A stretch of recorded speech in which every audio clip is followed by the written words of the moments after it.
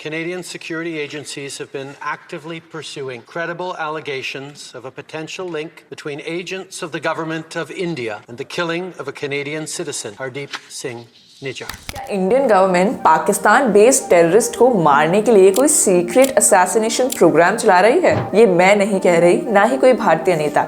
ये कहना है पाकिस्तान के कुछ लीडर्स का। नमस्कार, मैं हूं दीपाली और आप देख रहे हैं मिलेनियम टाइम्स। इस चैनल पर हम आपको ऐसे ही इंपॉर्टेंट मुद्दों पर कुछ बातें बताते हैं, इसलिए अगर आपने अभी तक चैनल को सब्सक्राइब नहीं किया है तो कर लीजिए। और शुरुआत करते हैं आज के वीडियो की। आखिर इतने बड़े एलिगेशंस भारत पर लगाए कैसे जा रहे हैं? हालांकि ये बात सच है कि जितने भी टेररिस्ट मारे गए हैं वो सभी इंडियन अथॉरिटीज द्वारा वांटेड थे, और वहीं पाकिस्तान और कनाडा इस सब के चलते इंडिया को ही टारगेट कर रहा है। हाल ही में कनाडा में चलाए जाने वाले खालिस्तान मूवमेंट के लीडर हरदीप सिंह निज्जर नाम के टेररिस्ट को किसी अननेम गनमैन ने मार गिराया। इस पर कनाडा के प्राइम मिनिस्टर जस्टिन ट्रूडो ने इंडिया पर ही एलिगेशंस लगा दिए। हालांकि इंडिया में खालिस्तान मूवमेंट के ये लीडर्स वांटेड जरूर थे, लेकिन इससे ये कहां प्रूफ होता है कि इसे मरवाने वाले भी इंडियंस ही थे। हमने खालिस्तान मूवमेंट क्या है इस पर ऑलरेडी एक वीडियो बना रखी है, जिसका लिंक डिस्क्रिप्शन में है। जिसे नहीं पता है वो जाकर देख लें। इस तरह से एक नहीं बल्कि कई सारे टेररिस्ट का सफाया बारी बारी से हो रहा है। चलिए आपको डिटेल में बताते हैं। मशहूर anti India activist Dawood Malik, जो कि वांटेड टेररिस्ट मौलाना मसूद अजहर के सबसे करीबी थे, वो भी अक्टूबर 2023 में किसी अननोन गनमैन के द्वारा पाकिस्तान की भूमि पर मारा गया।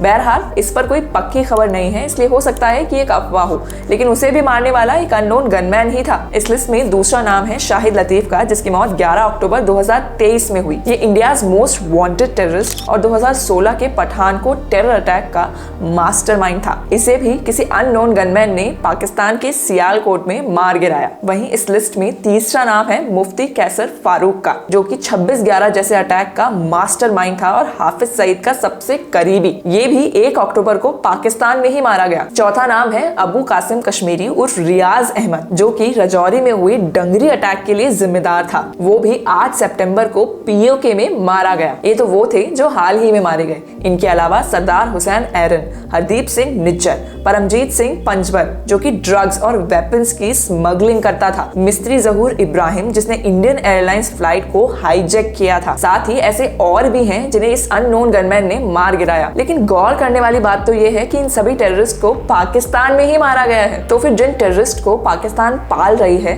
उन्हें मार गिराने का इल्जाम वो इंडिया पर कैसे लगा सकती है? और अगर इस तरह के टेररिस्ट मारे भी जा रहे हैं तो हमारे लिए तो अच्छा ही है ना। अब स्मगलिंग और टेररिस्ट अटैक करने वालों की संख्या कम हो रही है। लेकिन इन सभी चीजों पर आखिर भारत का क्या कहना है? Indian ministry of external affairs ने इस सभी के जवाब में कहा कि जो लोग इंडियन अथॉरिटीज द्वारा वांटेड हैं, उन्हें ईमानदारी से हमारे सामने आकर लीगल सिस्टम फॉलो करने होंगे। लेकिन हम पाकिस्तान में हो रही हलचल के बारे में कुछ नहीं कहना चाहते। ये कहना था मिनिस्ट्री ऑफ एक्सटर्नल अफेयर्स के स्पोक्स पर्सन अरिंदम बागची का। अब पाकिस्तान और कनाडा इंडिया पर ये एलिगेशंस कब तक लगाते हैं, ये देखना है। अब आप इस सब के बारे में क्या सोचते हैं, हमें कमेंट्स में जरूर बताएं। और अगर वीडियो अच्छी लगी हो तो like, share and subscribe to our channel Millennium times.